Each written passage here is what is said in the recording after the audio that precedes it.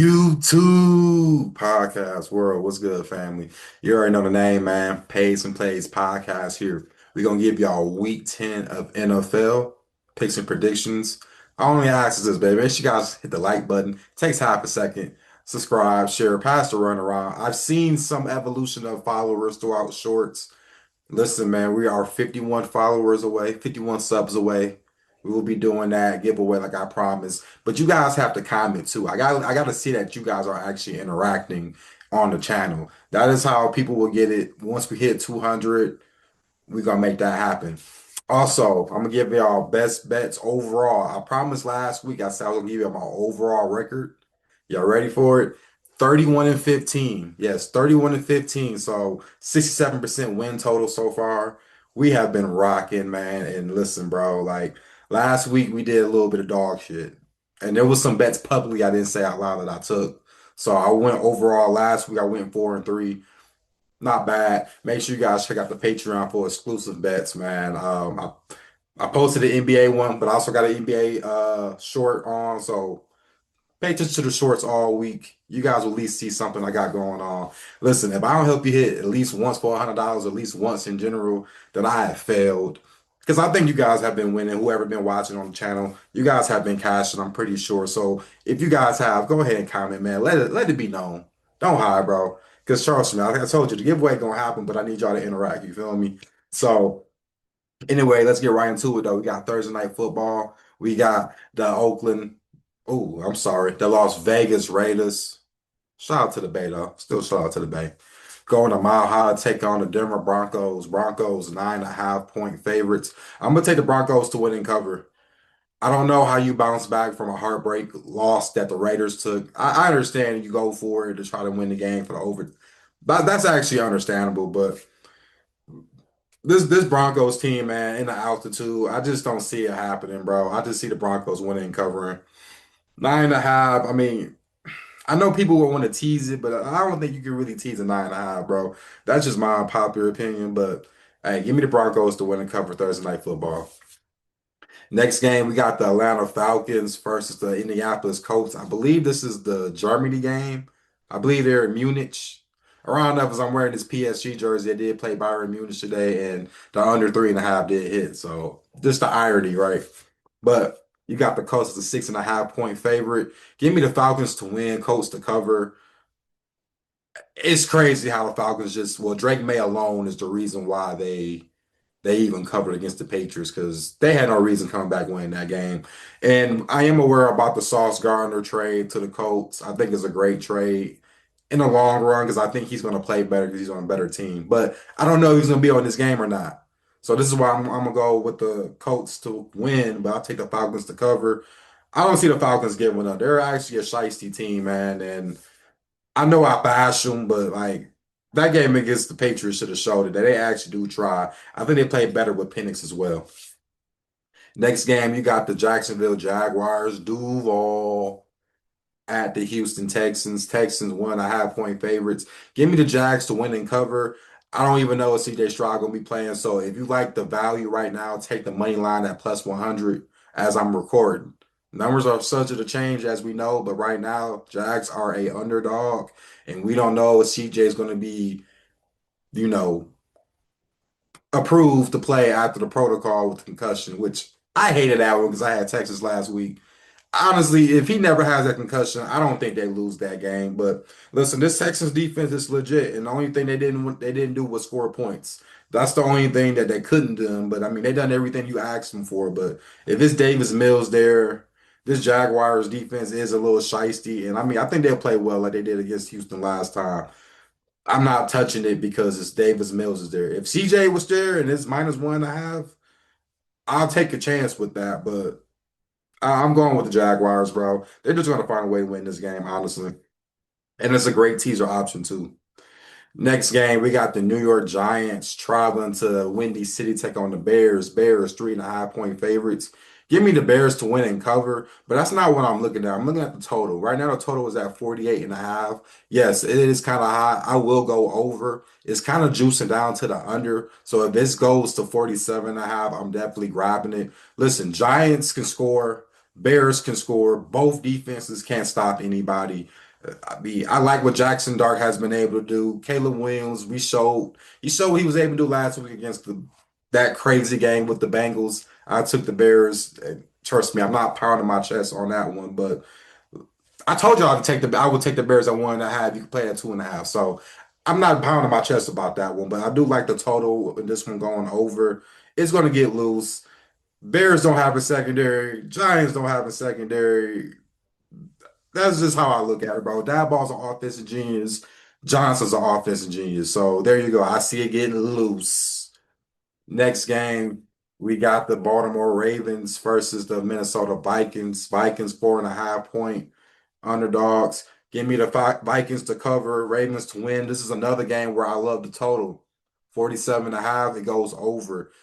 I believe the Ravens will score about somewhere in the 30s. And this Vikings team, I like what JJ was able to do. Big win against the Lions. I do think he scores points, at least somewhere in the 20s. This is how it gets it over. Both teams will score. I mean, this Ravens defense, I still don't listen. They got lucky because Miami wasn't able to score when they went for it on 4th and 2. They were in the red zone numerous times. They just did not score a point other than 2 field goals. So this Vikings offense is better than Miami's offense, as far as my opinion. I'm going to be taking the over 47.5. But I do think the Vikings can cover this game, though. Next game, we got the Toilet Bowl edition. We got the Cleveland Browns versus the New York Jets. Jets, 2.5 point underdogs. Now, before I even pick a side, I have already mentioned about Sauce Gardner getting traded to the Colts. Them trading away Quentin Williams, I'm not mad at it because they got value. Because at the end of the day, the Jets got what I want to say within the next 2 years, they got about, I think this year they got 2 first round picks. Next year they got 3 first round picks. That's what you're looking for. They're going to blow this team up. We understand this, man. And it's all good. And that's the only 2 players they did trade away. But I'm not touching this game at all. I will go, if I had to really choose. I don't know. I'm gonna go with the Jets, and it's crazy to say this. I will go with the Jets, bro. It's just that I love this Cleveland defense, but I don't love it on the road, and I don't like. And listen, bro, why Shador Sanders don't have a shot at this point? Why not, bro? Why not give this? If y'all really want to win, and I know Kevin Stefanski has gave up his offensive play calling duties to the OC, which that could mean some good things, but if Dylan Gabriel doesn't win this game without 2 of the Jets' best defensive players now traded. Listen, it's time for Mr. AP bust down on my wrist. It's time for Mr. Perfect Timing and Shador Sanders because Dylan Gabriel has not looked great. Other than that Dolphins game, and that was more the Dolphins shooting themselves in the foot than the Browns, to be honest with you. Next game, we got the New Orleans Saints versus the Carolina Panthers. Keep pounding. I hate how they did my team like that. But Panthers, 5.5 point favorites. This is getting juiced towards New Orleans, so I'm going with the Panthers to win and cover. Big game they won against my Packers. Listen, y'all know I'm a subpar cheer for the Panthers, bro. Y'all know that. A little bit of Carolina me in heart. Y'all know that. But this team can run the goddamn ball with Rico Dotto, bro. And I'm surprised they didn't trade Chuba Hubbard away. I would have traded him away because Rico Dotto is really the real deal. And this Saints team, don't get me wrong, they're gonna first half they're gonna probably bust their tails off. They play hard. It's just that this team just is not good. They just traded away their receiver to the Seahawks and Black Sheep. So like, you know what I'm saying? Like that already starts to tell me that you guys know what's up. I'm surprised they didn't trade Olave away, but honestly, I'm going with the Panthers to win and cover. Is it going to be pretty? No, but if it goes to 4.5, like I'm seeing again, juice towards that way possibly, I might be hammering the Panthers. I'm not going to front about it. Next game, we got the New England Patriots at the Tampa Bay Buccaneers. Buccaneers 2.5 point favorites. I understand this line. I understand this line completely. So I'm going with the Buccaneers to win and cover. I get it. Listen, I know what people are about to say. Uh, Patriots is what they are underdog. They won 6 some games in a row. This team has been reeling, but last week did kind of scare me. If I mean, there's no way they were up big against the Falcons, but one, they didn't score another point, and then the fact that the Falcons scored like 20 something unanswered points.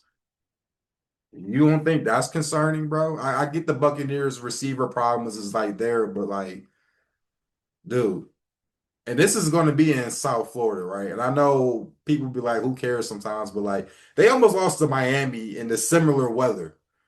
Tampa Bay is already adjusted to it. I think Tampa Bay is going to win this game. This might be a big public underdog. I almost have a feeling this is going to be a big play underdog this week, so I'm going to be fading that wire. I'm going with the Buccaneers to win and cover. Next game, we got the Buffalo Bills heading to South Beach to take on the Miami Dolphins. Dolphins 9.5 point underdogs. I get it's an ugly line. Give me the Dolphins to cover, Bills to win. 1 o'clock game, South Beach. I mean, Bills just won a big game against the Chiefs, so you kind of wonder is the focus really there? On top of that, right, they did lose some more defensive guys, the Bills last week as well. So, and listen, and I get what the Dolphins did. They had to get rid of one of those guys, so they got rid of Jaden Phillips. Listen, they spent too much to get Bradley Chubb, so I kind of understand why they kept him. But I do think this game is going to be more competitive. Mike McDaniel, honestly, listen, I really see him trying to coach his ass off. 9.5 point underdogs, division game. I believe they were 10.5 point underdogs at Buffalo, and they covered. They almost was able to win the game. So I don't see no difference in this one. Jalen Waddle is still there, and I know he's gonna at least try to bust his ass. And Tua ain't got no choice but to play for his career. I like what the running backs have been doing. They got Ollie Gordon involved, ain't changed. So yeah, I'm going with them to cover. But then I don't think they win the game. But give me the 9.5 with the Dolphins. Next game, we got the Arizona Cardinals at the Seattle Seahawks. Seahawks 6.5 point favorites. This is floating on Trenton Waters. I'm going to go Seahawks to win, Cardinals to cover. I definitely love the Seahawks as a teaser option, but this Seahawks team is legit. What we saw Wednesday was total annihilation, total domination in the DMV. They went to the whole East Coast thing, and this is why I said that didn't really matter to me. They just dominated that game, and this Cardinals team with Jacoby Brissett, listen, I'm convinced that they need to just keep him as the starter and keep Kyler out because for some reason this team has done wonders with Jacoby Brissett, win or loss. They've been competitive, and that's really the one thing you're asking for. Now, the one thing you do struggle with the Cardinals is, of course, fourth quarter they start kind of getting weird, and that is the only thing you will have to worry about. I was a little worried about it last night, of course, with the 3.5. So. Other than that, though, I do like I said, Seahawks to win, Cardinals to cover, but definitely take the Seahawks on the teaser. Next game, we got the LA Rams at the San Francisco 49ers. 49ers 3.5 point underdogs. I want to lean towards the 49ers to win and cover. I'm just really unsure, but I know how Shanahan is when it comes to McVay, bro. They know one another each well. We saw how the upset happened earlier, a few weeks back, or last month or so. We saw how that happened. I wouldn't be surprised the Ram wins this game because they do look like it can be pure dominance. So the more I keep talking about this, I'm going to go Rams to win and cover because the injury list for this 49ers team, especially on defense, is getting worse and worse, bro. They just lost Michael Williams for the year, and he was a dog-ass rookie. So I'm going with the Rams to win and cover. I know I changed like that, but I'm sticking with that. If that number drops from 3.5 to like 2.5 or -3, I'm hopping on the Rams side. Next game, we got the Detroit Lions at the Washington Commanders. Commanders 8.5 point underdogs. Lions to win. I'm gonna say Lions to win and cover, but I think the Commanders do have a fighting chance to cover.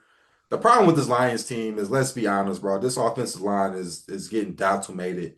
I'm surprised Brad Holmes didn't make a move to get an offensive lineman, even an under the radar offensive lineman, bro. They need depth because right now it's looking bad for this team. But when you got the Commanders, bro, this defense isn't stopping anybody. So what I'm going to say is this: tease the Lions from 8.5. If you do 6 or 7 point teasers, tease it down to that. But what I would be leaning towards is the Detroit Lions over 29.5 team total points. We saw what Seattle was able to do in the first half. They dropped what 21, 28 points. I ain't gonna lie, bro. I had a whole bet on that game, and the second half, like the part of the second half, second quarter correction, I fell asleep, bro. First quarter, they was dominating. So at that point, I fell asleep, looked up third quarter, it's like 21-7. You're like, bro, what? So, I mean, this Commanders team, bro, it's like you had Jaden Daniels play out there, and you know the game was over. What was it, 38-7? At that point, bro, listen, Mariota come in. We got Detroit next week. I know Dan Quinn says that's 100% on him. And the one thing I will say about that, I'm glad he said that because when Mike Shanahan had that situation with RG3, he didn't hold himself accountable for that. So at least give Dan Quinn his props on that, right? So I'm gonna go Lions to win and cover, but team total over 29 and a half. 30 points, bro. That's really all it is, bro. This team should easily be able to score 30 some points, bro. After the disappointing game too, I think I can expect MCDC to run a score up because that's what he does, bro. We know he runs the score up when he has an opportunity to. Next game, we got the Pittsburgh Steelers at the LA Chargers. Chargers minus 3-point favorites. Give me the Steelers to cover. I'm a little tempted on that 45 and a half over, though. And the reason why I say this because I would take Pittsburgh because the fact that now the Chargers lost Joe Alt. So you're down to like your fourth, fifth string offensive tackles on both sides. You already lost Rashawn Slater. So that alone is going to be scary when I'm not even worried about JJ Watt, really. It's the guys like Highsmith, the linebackers, bro. You got linebackers that's going to be blitzing you, and you're dealing with an offensive line that just sucks, bro. Like, the more I keep saying it, though, I do want to lean over to 45 and a half because I know this Pittsburgh team can get scored on some, and I know the Chargers is going to score, and I know the Pittsburgh can at least get somewhere in about, if they get somewhere in the 20s. That's really how I'm looking at it. 45 and a half. So that's really my idea. If the Chargers can at least score about 23, 24 points, Pittsburgh just got to at least score about 20, 21 at least, right? 21. I can see it happening, right? 44 and a half. I can see that happening, okay? But I can't pick a side. But I mean, I just see points being scored in this game. And it's going to feel more like a home field advantage for Pittsburgh. I see them terrible towels getting swagged around on third downs because that LA spot, listen, we know the Rams won it, but it's no home field for either one of those teams. So over 44 and a half is my lean for that game. And lastly, we got the Philadelphia Eagles at the Green Bay Packers. Packers 2.5-point favorites. This team doesn't deserve to be a favorite, bro. Give me the Eagles to win and cover. This is a borderline best bet for me, bro. Yes, I know it's against my team. This Packers team has it's one thing when it was alarming that you lose to the Panthers, but the crazy part was the following week when they played Pittsburgh, and I even said Steelers 3.5. The first half they just looked sloppy. It wasn't until the second half they woke up, but that's because they had Tucker Kraft. Now Tucker Kraft's out for the season, so we're gonna really see what this team's about. We're really going to see what this team's about, as far as their weapons. I know they can run the ball, and Philly as well can run the ball. So the more I keep looking at this, I see points again, 44 and a half. I don't see why it doesn't go over. I just think what Green Bay did last week is what I'm not shocked about. They played to the level of their competition. And and then they got, Hobbs is out for like a minute. So, we got some injuries that's definitely a concern in the secondary. I just don't see how they're going to defend three solid, capable receiver ones. Yes, Johan Dotson can be receiver one. Unpopular opinion. People just don't want to admit that, bro. That guy can ball. So I just don't see how that happens, but I'm going Eagles to win and cover.